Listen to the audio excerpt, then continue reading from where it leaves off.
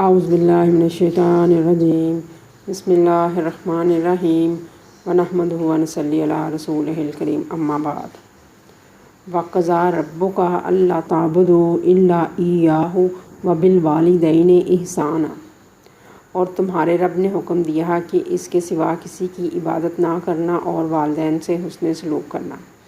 قرآن کریم کی یہ آیت اپنے اندر نہایت جامع حکم رکھتی ہے۔ اس آیت میں حقوق اللہ اور حقوق العباد کو جمع کیا گیا ہے۔ حقوق اللہ یعنی اللہ تعالیٰ کے حقوق۔ اس میں سب سے اہم حق صرف اور صرف اللہ تعالیٰ کی عبادت کرنا ہے، جو اسی صورت ممکن ہے جب تمام دوسرے معبودوں کا انکار کیا جائے اور اللہ تعالیٰ کو اپنا خالق اور مالک جانا جائے، اسی کی بندگی اختیار کی جائے۔ اور اللہ تعالیٰ کے حقوق میں کلمہ شہادت، نماز، روزہ، زکوٰۃ اور حج بنیادی اور اولین اہمیت کے حامل ہیں۔ اللہ تعالیٰ اپنے حقوق میں کی گئی کوتاہی کو معاف فرما سکتا ہے، لیکن اپنے بندوں کے حق میں کی گئی زیادتیوں اور کوتاہیوں کو معاف نہیں کر سکتا جب تک کہ وہ فرد خود معاف نہ کر دے۔ اس لیے جہاں حقوق اللہ کا ذکر آتا ہے وہیں اللہ تعالیٰ حقوق العباد کا ذکر بھی فرماتا ہے۔ حقوق العباد یعنی بندوں کے حقوق۔ ایک انسان بے شمار لوگوں کے حقوق کا ذمہ دار ہے۔ ان میں سب سے پہلا حق والدین کا ہے۔ والدین انسان کو اس دنیا میں لانے کا ذریعہ ہیں۔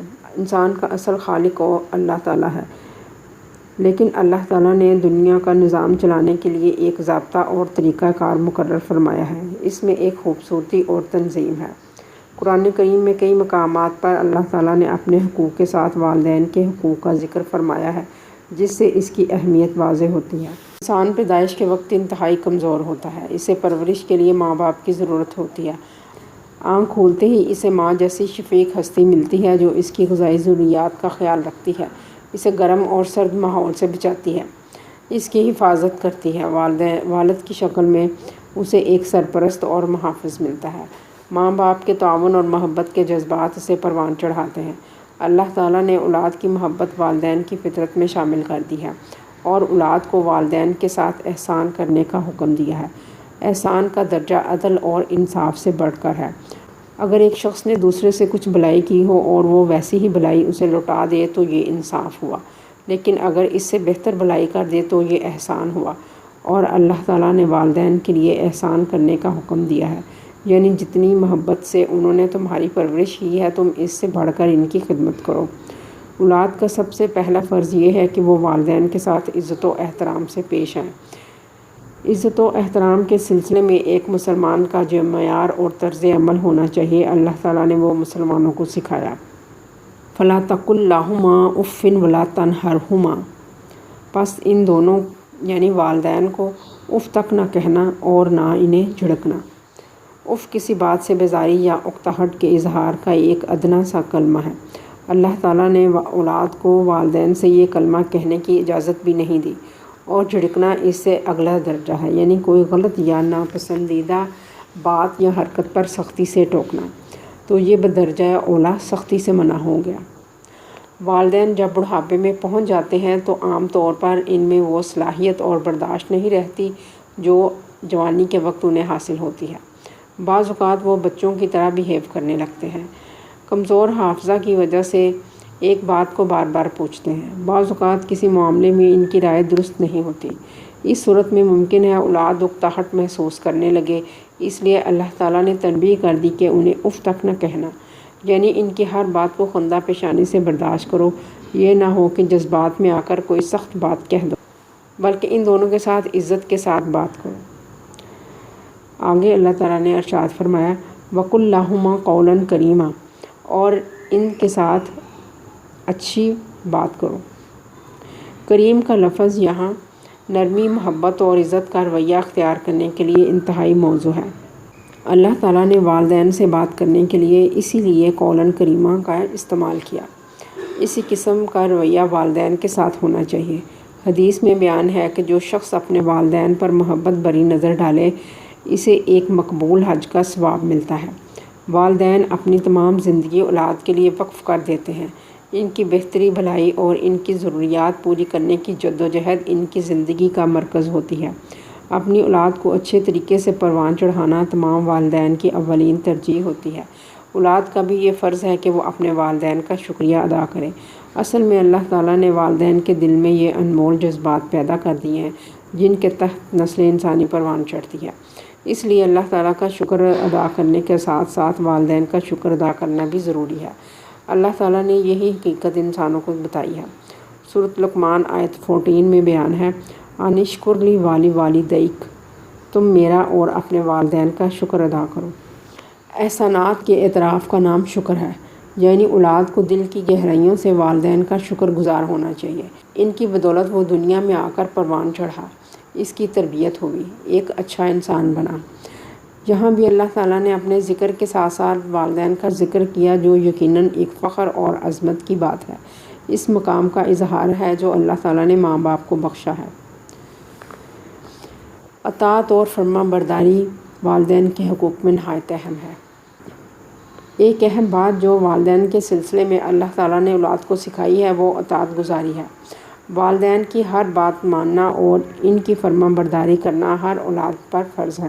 کسی بھی معاملے میں ان کی حکم عدولی سے گریز کرنا چاہیے، لیکن اگر والدین کوئی ایسا حکم دیں جو اللہ تعالیٰ کے حکم کے مخالف ہو تو ان کی فرما برداری اور اطاعت لازم نہیں۔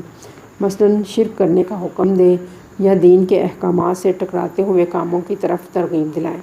والدین کی اطاعت کا یہاں تک حکم ہے کہ اگر والدین مشرک ہوں اور اولاد مومن ہو تو بھی ان کی اطاعت کریں اور دنیا کے معاملے میں ان کا ساتھ دیں، ان کی مدد کریں، لیکن شرک کے معاملے میں ان کا ساتھ نہ دیں۔ سورۃ لقمان آیت 15 میں بیان ہے، اور اگر وہ تجھ سے جھگڑیں کہ تم اللہ کے ساتھ کسی کو شریک کرو جس کے بارے میں تم علم نہیں رکھتے تو ان کا کہا نہ ماننا اور دنیا میں ان دونوں کے ساتھ اچھے طریقے سے رہنا۔ والدین کی خدمت، اطاعت اور ان کے ساتھ بھلائی عبادت کا درجہ رکھتی ہے، کیونکہ اس کا حکم اللہ تعالیٰ نے دیا ہے۔ سیدنا اسماعیل علیہ السلام نے اپنے والد سیدنا ابراہیم علیہ السلام کے حکم کی تعمیل میں اپنی جان قربان کرنے کو، یہ رہتی دنیا کے لیے نہایت اعلیٰ نمونہ ہے۔ یہ فیضان نظر تھا یا کہ مکتب کی کرامت تھی، سکھائے کس نے اسماعیل کو آداب فرزندی۔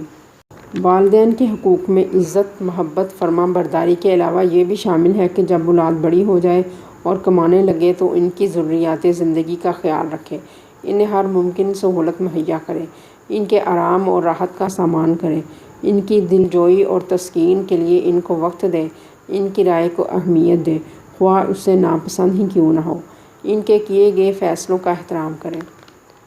وَاخْفِضْ لَهُمَا جُنَاحَ الذُّلِّ مِنَ الرَّحْمَةِ، بنی اسرائیل آیت 24۔ اور ان دونوں کے ساتھ نرمی سے جھک کر رہو۔ نرمی سے جھک کر رہنے سے مراد ہے کہ سخت رویہ اختیار نہ کیا جائے اور نہ بے ادبی کی جائے، کیونکہ والدین ادب اور احترام کے مستحق ہیں۔ یہ خصوصی ہدایت اللہ تعالیٰ نے اس لیے فرمائی تاکہ حسن سلوک میں چھوٹی چھوٹی باتوں کا خیال رکھا جائے۔ اولاد کے ذمہ والدین کا جو اہم حق ہے وہ یہ ہے کہ جب والدین میں سے کوئی ایک یا دونوں مر جائیں، یعنی اس دنیا فانی سے کوچ کر جائیں، تو ان کے لیے دعائے مغفرت کریں۔ رب ارحمہما کما ربیانی صغیرا، اے میرے رب ان دونوں پر رحم فرما جیسے کہ انہیں بچپن میں مجھے پالا۔ یہ دعا والدین کی زندگی تک ہی محدود نہیں بلکہ ان کی وفات کے بعد بھی یہ بہترین دعا ہے۔ ایک دوسری دعا جو اللہ سبحانہ تعالیٰ نے قرآن میں بتائی ہے وہ سورۃ ابراہیم آیت 41 میں ذکر ہے، ربنا اغفر لی ولوالدی، اے ہمارے رب مجھے اور میرے والدین کو بخش۔ ایک شخص رسول اللہ صلی اللہ علیہ وآلہ وسلم کے پاس حاضر ہوا اور پوچھا، کیا وفات کے بعد بھی والدین کے ساتھ نیکی کی جا سکتی ہے؟ آپ صلی اللہ علیہ وآلہ وسلم نے فرمایا، ہاں، ان کے لیے نماز پڑھ اور استغفار کر، ان کے وعدوں کو پورا کر، ان کے رشتہ داروں سے تعلق رکھ اور ان کے دوستوں کی تعظیم کر۔ اگر والدین نے کوئی وصیت کی ہو تو ان کی ہر جائز وصیت کو پورا کرنا فرض ہے۔ اگر انہوں نے کسی سے کوئی قرض لیا ہو تو جلد از جلد اس قرض کو ادا کرنے کی کوشش کرنا ضروری ہے۔ والدین کی وفات کے بعد ان کی قبر کی زیارت کرنا چاہیے اور ان کے لیے ایصال ثواب کرنا چاہیے۔ ایک شخص نے رسول اللہ صلی اللہ علیہ وآلہ وسلم سے پوچھا کہ ماں باپ کا اولاد پر کیا حق ہے؟ آپ نے فرمایا، وہ تیری جنت اور دوزخ ہیں۔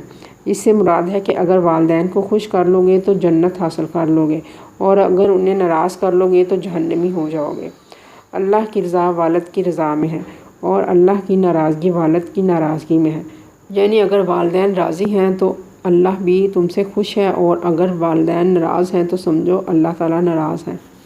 سبحانک اللہم و بحمدک اشہد ان لا الہ الا انت استغفرک و اتوب الیک۔